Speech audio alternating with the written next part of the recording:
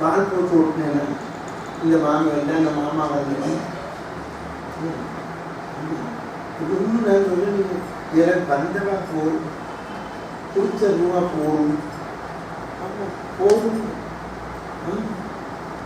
இந்த ஊத்தத்தையா பார்த்து உங்களை மாதிரி இல்லை அப்படின்னு சொல்லி இப்போ யாரோ ஒருத்தர் ஃபோன் பண்ண அவங்களுக்கு பட்டம் தரேன், எனக்கு அது இஷ்டம் இல்லை, கட்டாயப்படுத்தி 2-3 தடவை ஃபோன் பண்ணுறாங்க. ஏதோ ஒரு கமிட்டியில் வர்க்காட்டம் ஒரு உபன்யாசம் தரோம், ஏதோ ஒரு மார்க்சிஸ்ட் பற்றியும் கொடுப்பான், ஏதோ ஒரு தமிழ் சரி பட்டம்னா என்னடா கொடுப்பேன், ஏதோ ஒரு பட்டம் கொடுப்பான், 5000 ரூபா கொடுப்போம். சரி போ, சும்மா உட்காந்துக்கிறதுக்கு 5000 ரூபா வாங்கி வருவேன். ஆமாம், அதெல்லாம் ஒன்றும் இஷ்டம். அவன் ஏற்கனவே கதை கேட்டவா, அதெல்லாம் தான் சரி. கதை கேட்காம பட்டத்தை கொடுக்குறேன்னு நான் என்னை பற்றி ஒன்றும் தெரியாது. அப்புறம் எங்கிட்டே கேட்பான், உங்களை பற்றி சொல்லி போகணும். எனக்கு பெரிய தம்பட்டம் தெரியுமா, அவ்வளோ பட்டம் எல்லாம் ஒன்றும் பிரயோஜனம். பட்டமெல்லாம் வாங்கி கிடச்சி ஏதோ ஒரு பட்டத்தை, ஆமாம் எல்லாரும் கேட்குறாங்க, நீங்கள் கலைமாமணி வாங்கினேன், பத்மஸ்ரீ வாங்கினேன், ஒன்றும் வாங்கி பிரயோஜனம் இல்லை. அது ஒன்றும் போட்டுக்கலாம், ஒன்றும் பிரயோஜனம், பட்ஜெட் கூட ஏற்ற மாட்டாங்க. அது வாங்கிட்டு கிடச்சிட்டு என்ன பண்ணுவோம், எல்லாரும் ஊராக கமிட்டிக்காரன் கூட இவருக்கு இந்த பட்டம் கிடச்சிருக்குன்னு ஒரு பொன்னாடையை போட்டுருவோம். அவன் ஆற்றுல வச்சுருக்கிறத அயன் பண்ணி கொடுத்து போட்டுருக்கோம். புதுச்சாமல் ஒன்றும் வாங்கி வர மாட்டான். அதனால தான் நான் சொல்லுவேன், பொன்னாடை போத்தாரு எனக்கு அது நான் அதில் கொஞ்சம் ஈவேரா பெரியார் மாதிரி மாலைக்கு மேலே 10 ரூபா கொடுத்து. ஆமாம், அதில் அவர் சொன்னதான் கரெக்ட். ஆமாம், மாலைக்கு பதிலாக அவர் அப்படி தான் சம்பாதிச்சார். ஆமாம் ஆமாம், இங்கேயே பாருங்க, நான் பூ 100 ரூபாய்க்கு வாங்குறேன், அதுதான் உங்களை தான் வாங்கிட்டு வராதுன்னு. நான் 100 ரூபா கொடுத்து வாங்குறேன், நீ ஒரு நாள் வாங்கிட்டு வருவேன், மறுநாள் வாங்க மாட்டேன். நீ வாங்கிட்டு வரவே நான் உட்காந்து போய் வாங்காமல் ராமர் பூ இல்லாமல் இருக்கும். அந்த மாதிரி ஆகிடுச்சு. அதான் தான் பார்த்தேன், பேன் பண்ணி பூவா நோட்ட கொடுக்கும். பூவுக்கு ஒரு நாளைக்கு 100 ரூபா செலவு. இப்போ எதுக்காக இதை சொல்கிறேன், பூவா வேணும். ஆ, சிலிண்டர் இன்னைக்கு 900 ரூபாய்க்கு வாங்கியிருக்கேன். சிலிண்டருக்கு யாராவது பணம் கொடுக்கும். அப்புறம் எப்படி பிரச்சாரம் போடுறது? ஆமாம், புரிஞ்சுதான் அவனுக்கு. நம்ம தெரிஞ்சுக்கோ, நான் இப்போ வந்து ஓப்பனாக இருக்கு. I am the true follower of Morarji Desai, former Prime Minister. Morarji Desai தெரியுமா உங்களுக்கு? யாருக்காவது தெரியுமா? பாதி பேருக்கு தெரியாது. விளங்காதவனுக்கு, நல்லவனெல்லாம் தெரியாது. நான் ட்ரூ மேன் அவர்கிட்ட கட்சி. அட்டல் பிகாரி வாஜ்பாய் எக்ஸ்டர்னல் மினிஸ்டர் இருந்தார். ஊரூராக போச்சு. நீ என்ன இதுக்கு தான் வந்து வெளியே மந்திரி வேணும்னு சத்தம் போடாமல் ஊரூராக போகக்கூடாதுன்னு கூப்பிட்டு கண்டிச்சு. தெரியுமா உங்களுக்கு? திட்டு. அதனால தான் அவர் 2.5 வருஷத்தில் கவுத்து விட்டான். அவ்வளோ ரொம்ப நல்லவனாக இருந்தால் கஷ்டம், சிரமம். என்ன யாருமே கொண்டாட மாட்டேன். தமிழ்நாட்டில் பெரிய மனுஷன்னு சொல்லிக்கிறவாடனே நான் கொண்டாட மாட்டேன். மீட்டிங்லாம் போட்டு பட்டம்லாம் கொடுக்குறேன், அதை பண்ணு கிட்டக்கே வர மாட்டோம். இவர் ஏதோ விவரம் தெரியாமல் வந்துட்டு அவ்வளோ இந்த மாதிரி ஏதாவது 2-3 அச்சடி வந்து வச்சுட்டு நம்ம அவரும் என்னோட கோத்திரம் பவுண்டிங்க கோத்திரம் மக்கு பயிரில் எல்லாமே என்ன கொண்டாடினா மகன் மக்குன்னு மக்கு தானே கொண்டாடும். அது ஆமாம், பட்டம் கிட்ட இதெல்லாம் ஆசைப்பட்டோம்னா போச்சு. உங்களுக்கு சொல்லி தரேன், பக்தியில் மெயின் ட்ராக் இதுவாங்க. அப்புறம் அதுக்கு 126ஆம் பக்கம் இந்திரஜித்து நேற்றுக்கு பார்த்த, திருப்பி ஒரு தடவை பார்த்துட்டு போவோம். இந்திரஜித்து வந்து நிற்கிறான் ராமர் ஹனுமான் முன்னால. 5758வது பாட்டு. வெப்படையிலா நெஞ்சில் சிறியது ஓர் பிம்மன் கொண்டான், அப்புடை வேலை அன்ன பெருமையார் ஆற்றலோடும் ஒப்பு அடைகிறார், எல்லாம் உணர்ந்தனர். குரங்கு ஒன்றே எப்படை கொண்டு வெல்வது, ராமன் வந்து எதிர்க்கின். ஐயோ, இந்த ஒரு குரங்க நம்மளோட சைனியத்தை தொலைச்சு விடுதே, நாளைக்கு ராமன் வந்தா நம்ம எப்படா எதுக்குறதுன்னு யோசிச்சான். அவன் யோசிச்சாலும் தவிர செயல்படுத்தல. இந்த கர்மம் வந்து தடுக்கிறது. அதுதான் நீங்க தெரிஞ்சுக்கணும். அதுலேருந்து ஆரம்பத்திலேருந்தே பவ்யத்தை வளர்த்துக்கணும். ஆமா, கர்வம் பட்டுவிடக்கூடாது. அது பட்டுட்டு போச்சு. ஒருத்தன் காமுகனா இருக்கிறவனை கூட வளைச்சு விடலாம், கர்வமா இருக்கிறவனை இந்திரஜித்துக்கு தான் இந்திரனை ஜெயிச்சோங்கிற கர்வம். என்னைக்குமே பவ்யம். ஞான சம்பந்தர் பல்லக்க திருநாவுக்கரசர் சுமந்து அவர் கேட்கிறார், இந்த ஊருக்கு அப்பர் வந்திருக்கிறார், அவர் எங்க இருக்காருன்னா அடியன் இங்குற்றேன் பல்லக்க சொன்னார். சரி, இவன் சாதாரண சுண்டைக்க என் கிரேட்டுக்கெல்லாம் பண்ண முடியுமாங்க? சாதாரணமாக வேலை பார்க்குறான், சாதாரணமாக பிசினஸ் பண்ணுறான், சாதாரணமாக எல்லாம் பண்ணுறான். நம்ம எல்லாம் சாதாரணம். அவர் பாரு திருநாவுக்கரசு, திருநாவுக்கரசுன்னு தெரிய முடியும். நீ பாட்டுக்கு டிவியில் பார்த்துட்டு ஏதாவது தேவாரமே தெரியாத பீடையெல்லாம் நினைச்சுட்டு ஆமாம், அது தெரிய முடியும். தேவாரம் படித்த திருநாவுக்கரசு அது அடியே இங்குற்றேன். நமக்கு தியாகபெருமை எத்தனை கீர்த்தனை எனக்கு ஒன்றுமே தெரியலையே. மகான்கள் யாராவது ஒருத்தர் நான் இதில் எழுதினேன் அதில் எழுதினேன் இப்படி இருக்கேன் அப்படி இருக்கேன்னு எழுதுனா நீங்கள் எல்லாம் ஃபேஸ்புக்கில் உடனே போட்டுக்கணும். இந்த மாதிரி நான் இதை பண்ணேன் அதை பண்ணேன், அது இது மாதிரி இருக்குது அது மாதிரி. என்ன சாகசத்தை பண்ணிக்கணும்? ஒரு சாகசம் எல்லாம் பாருங்க. கம்பன் எழுதி வச்சதான் போய் சொல்லு. ஜெயதேவர் எழுதி வச்ச அட்டபதியை காத்தால பாடணும் 20 நாள். அந்த அட்டபதியை என்ன இப்போ நம்ம அர்த்தத்தோடு எனக்கு படி அப்படின்னா நமக்கு வராது. இல்லை நம்ம நெற்றுவே பண்ணோம்னு வச்சுக்கோ, என்ன பிரயோஜனம்? அதை எழுதி வச்சதுதானே மனப்பாடம் பண்ணியிருக்கோம். நம்ம ஒன்றும் புதுசாக சொல்லலையே. நம்ம என்ன புதுசாக பண்ணிவிட்டோம்? ஒன்றும் பண்ணலை. ஆனால் எல்லாம் தெரிஞ்சதான் நினைச்சிருந்தோம். எல்லாம் எனக்கு தெரியும், என்ன மாதிரி இல்லை. என்ன நான் தான் தலைக்கு மேலே நிமிர்ந்து போகிறேன் கர்ப்பம். அதில் இப்போ எல்லாத்துக்கும் நான் ஐடி கம்பெனியில் வேலை கிடச்சி கொடுத்து போச்சு. அப்பா அம்மாவே யாருங்க முதியோரத்தில் கொண்டு விட்டுறேங்க. இந்த ஐடி கம்பெனி வேலைக்கு யார் காரணம்னு தெரியலையே. அவன் 5 வருஷம் கழிச்சு போயிட்டு வாழ்ந்துருவான். டவுன் ஆச்சுன்னா இன்னைக்கு எத்தனையோ லட்சம் பேருக்கு வேலை போடுறதுங்க. நேற்றுக்கு நியூஸில் சொல்லலாம். நாளைக்கு அப்புறம் ஓட எந்தின்னு வரணும். தெரியுது அவனுக்கு. பாதி பேருக்கு குறைச்ச சம்பளம். இன்னைக்கு புருஷனுக்கு முன்னாடி வேலைக்கு போகிறா. அதில் இப்போ நான் சொன்னேன் ரொம்ப பேர் இப்போ 75, 80, 90 எல்லாருக்கும் ஆயுஷம் அதிகமாகிடுது. அப்புறம் போய் ஒரு சர்வே எடுத்து பார்த்தேன்.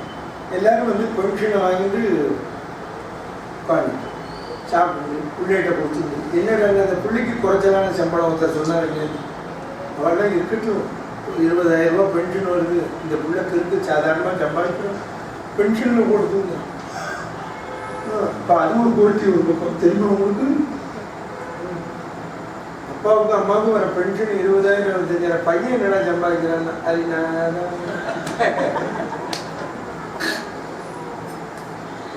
அதான் வேண்டிக்கிறேன். அவன் அப்பா அம்மாவுக்கு ஆயுசு இருக்கு, ஏன்னா பென்ஷன் வருது. கடைசியில் போய் பென்ஷன் வாங்கி என்ன பண்ணுறா, பெண்ணுக்கு சங்குக்கும் கொடுத்து. ஆமாம், அதான் பென்ஷன். ஜொலச்சார் சொல்லுங்க. சொல்லுங்க. அவர் தான் உத்தியோகத்தில் இருக்கிறவர், ரிட்டையர். நீங்கள் தான் உத்தியோகத்தில் இருக்காரு. எனக்கு பென்ஷன்லாம் கிடையாது. எனக்கு ஒரே ஒரு பெண் தான் சன்னு. ஆமாம், அதுதான் நான் ஆயுசு படிக்கிறதுக்கு வேண்டிக்கிறேன். ராமாயணம் சொல்லணும் அது மாதிரி. மேடை இருக்கு, அதே கரெக்ட். நீங்கள் சொன்னதாங்க பிராணன் மேடையில் தான் போகணும் வேண்டிக்கிறேன். ஆமாம் ஆமாம், அப்போ தான் 100 பேர் வருமா? புரிஞ்சுது?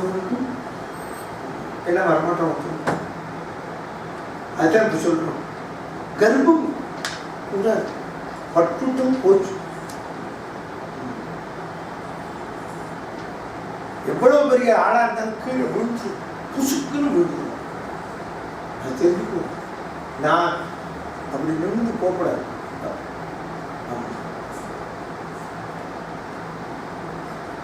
மூங்கில் எங்க இருக்கு? வளையாத மூங்கில் தொம்மை புத்தாடி கையில் இருக்கு, ரோட்ல கழுவி வச்சுட்டு காண்றாம்பர். வளைஞ்ச மூங்கில் எங்க இருக்கு? ராஜா கிரீடத்துல. வருத்தவளை வேயரசன் மாமுடி மேலா. வளைஞ்ச மூங்கில் எங்க இருக்கு? ராஜா கிரீடத்தில். வளையாத மூங்கில் எங்க இருக்கு? கடப்பு தடி கையில ரோட்டு. பாத்தீங்க, நாணல் வளைஞ்சிருக்கு நதிக்கரையில. எவ்வளவு பெரிய ஃப்ளட் வந்தாலும் நாணலை பேக்க முடியாது, தெரியுமா உங்களுக்கு? ஏற்கனவே கைகை வரத்துல சொல்லி நாணலை பேக்க முடியாது, தெரியுமா உங்களுக்கு? ஆலமரம் எவ்வளவு பெருசா வளருது, ஒரு சூறைக்காற்றை அடிச்சா போகும், வேரோட பேர்ந்து. நாணலை பேக்க முடியுமா? தெரிஞ்சுக்கோங்க. அதுதான் எப்பவுமே நாணல் மாதிரி அப்படின்னு எல்லாருக்கும் எங்க வள்ளுவர் எல்லாருக்கும் போட்டாங்க. எல்லாருக்கும் நன்றாம் பணி அவர்களும் செல்வருக்கு செல்வம் தலை. பாண்டுரங்கன் போனானே யாருக்கு? முடிவற்றவனுக்காக போன சேனாநாதன் முடிவற்றவன், ராஜாக்கு முடிவற்ற சவரம் பண்ணி அவன் பாண்டுரங்கா பாண்டுரங்கான்னு பாடிட்டு இருக்க. ராஜாக்கு காலையில ஷேவ் பண்ணி விட போகும் காலங்காலத்தால். அவன் பஜனையில போய் உட்காந்து பக்கத்துல ஒருத்தர் நேரம், ஏ நீ ராஜாவுக்கு சவரம் பண்ணி விட போகணும். பொழுது முடிஞ்சவனு பஜனையில போய் உட்காந்து மருந்து பாண்டுரங்கா பாண்டுரங்கான்னு குதிக்கிறான். உனக்கு வேண்டக்கூடாத ஒருத்தன் ராஜா அரண்மனையில இவன் பண்றானே நம்ம பண்ணேன்னு போய் ராஜாட்ட ஊதி விட்டு உங்களுக்கு சவரம் பண்ண வரணும்னா ராஜா கிடக்கான்னு சொல்லிட்டு பஜனைக்கு போயிருந்தாங்க. வரட்டும் நான் பேசிக்கிறேன், ராஜா நான் வரட்டும் நான் பேசிக்கிறேன் அப்படின்னு சொல்லி சவரம் பண்ணிக்கிற இடத்துக்கு போறான். அங்க சவரப்பட்டியை வச்சு நிற்கிறான் பகவான். இவன் ரூபத்துல போய்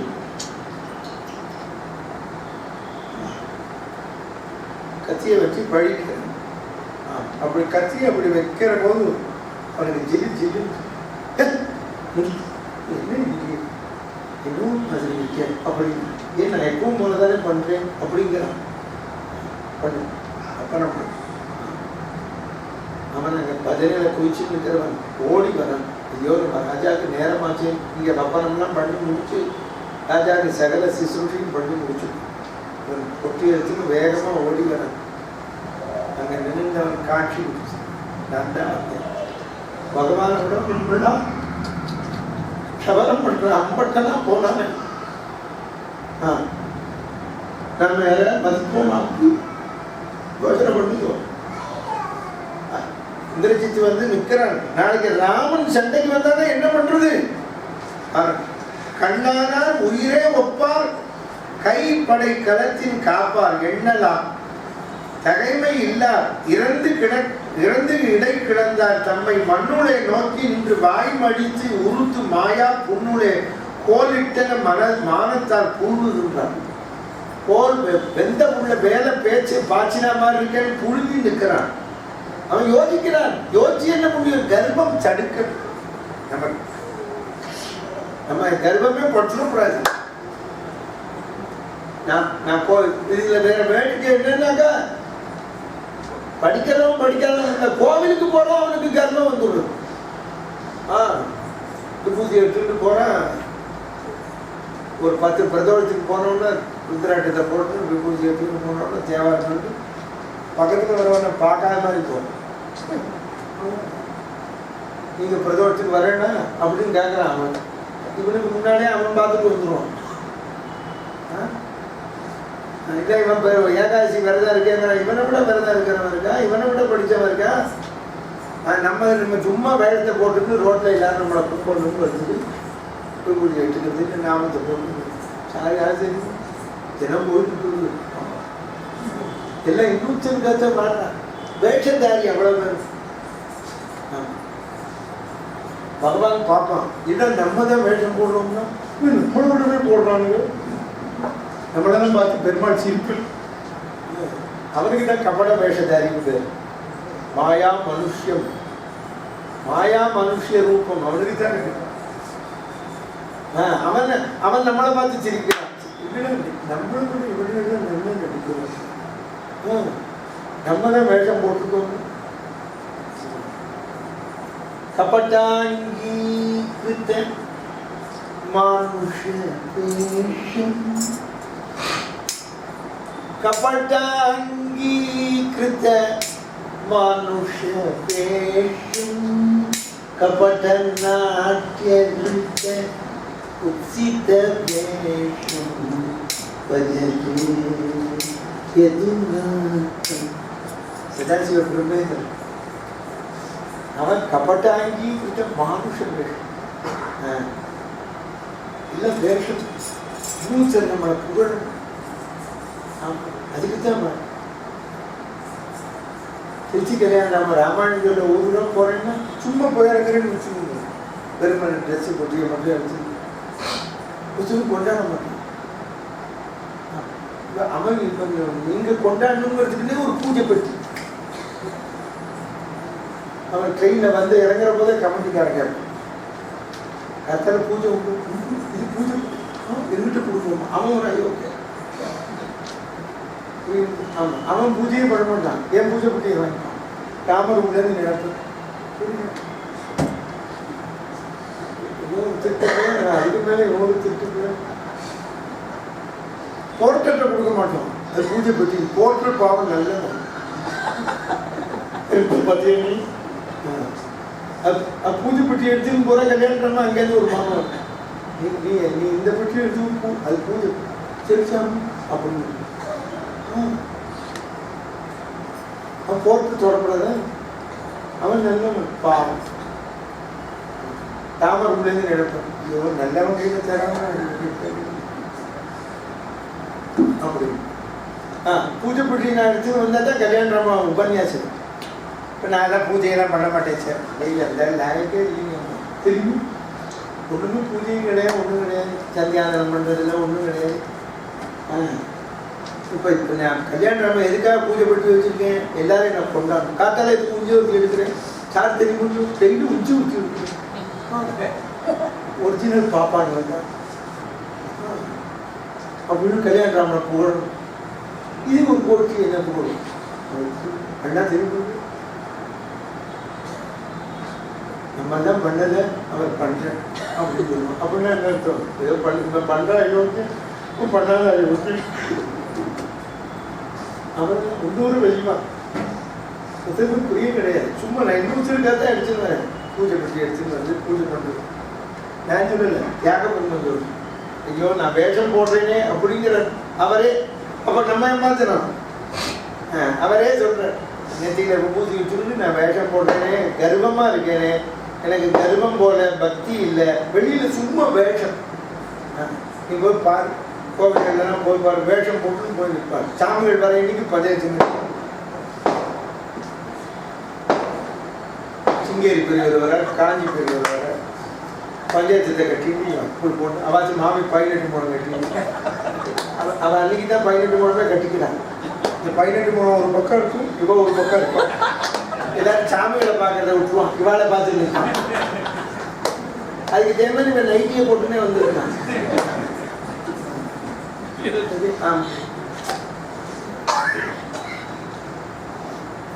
அப்புறம் இப்படி நான் உபன்யாசம் பண்ண ஆறு என்ன கூப்பிடுவோம் யாராவது கூப்பிடுவோம் நான் கூப்பிட மாட்டேன் சண்டால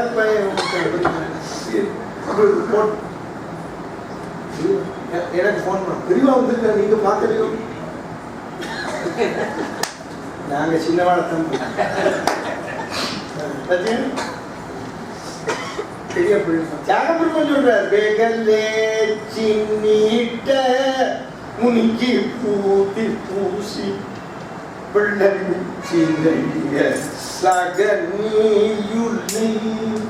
நெத்திக்கு பூதிட்டு வேஷம் போடுறேன் நெத்திக்கு சில கட்டுட்டு பகப்பை கம்மார் ஜனலோலுல்லி ரேகானி தியாகராஜ வினுத தெரியலே துராம் பக்தி மார்க்கமு தெரியலே துரம்மா பக்தி மார்க்கு தெரியலையே ரமா கேட்குறேன் நான் வேஷம் போடுறேன்னா மற்றவ மாதிரி கேட்குறேன் பக்தி மார்க்கம் தெரியலையே இந்த உலகத்தை இது பக்தியிலேயே கர்மம் வந்துடுது லௌகீகமா இருக்கணும் கர்மப்படாம என்ன பண்ணுவான் நான் இந்த பிசினஸ் பண்றேன், அதுல பணம் சம்பாதிச்சேன், அதுல சேர்த்தேன், இதுல வச்சிருக்கேன், என்ன பிரயோஜனம்? இப்ப என்ன கடைசியில இவன் உணர போறான், அப்பாட்ட சொல்ல போறான். கைலாய மலையை பேர்த்தேன் நானே, இந்திரஜித்து தேவால ஜெயில வச்சேன், அதெல்லாம் வந்து நிக்கிறதா இப்ப கூட? அந்த பெருமை வந்து நிக்கிறதா? அனுமார் முன்னால் நிக்கிற போது ஒரு ஆடி போய் நிக்கிறாங்க. அதெல்லாம் இப்ப நிக்குமா? எல்லாரும் தெரிஞ்சுக்கோங்க. நம்ம சேர்க்கிற பணம், வீடு கீடு காரம் ஒண்ணும் வராது. ஒண்ணு யாரும் நீ எழுதி தரேன் ஒத்தரும் புகழ மாட்டான். நீ கோடி ரூபாய் சொத்து ஒத்தரும் புகழ. யாரா புகழ போறானா? இன்னும் உங்க அப்பா சொத்து வச்சிருக்காரு போல. என்ன பண்ணு? மதுரையில ஒரு 2 வீடு. நீங்க ஒரே பையன் தானே? இல்ல உங்களுக்கு தானே? ஏன் அப்புறம் செஞ்சுக்க? அவருக்கு இருந்த மூளைக்கு இன்னும் 2 வீடு வாங்கிட்டு நடுவில் கொஞ்சம் செலவழிச்சுட்டாங்க. இவன் எதுக்கு பின்ன கெடுந்து ஒத்து வைக்கணுங்கிற இவன் செலவழிக்கு தானே. பத்தியா யாரா பாராட்ட போறா? பாரு இப்ப பாரு, இவன் உலகத்தை ஜெயிச்சு அதை ஜெயிச்சு அனுமார் முன்னால யார் வரா இப்ப துணைக்கு? அவனுக்கு யோசனை பண்ணி பாருங்க. யாராவது முடிஞ்சதா?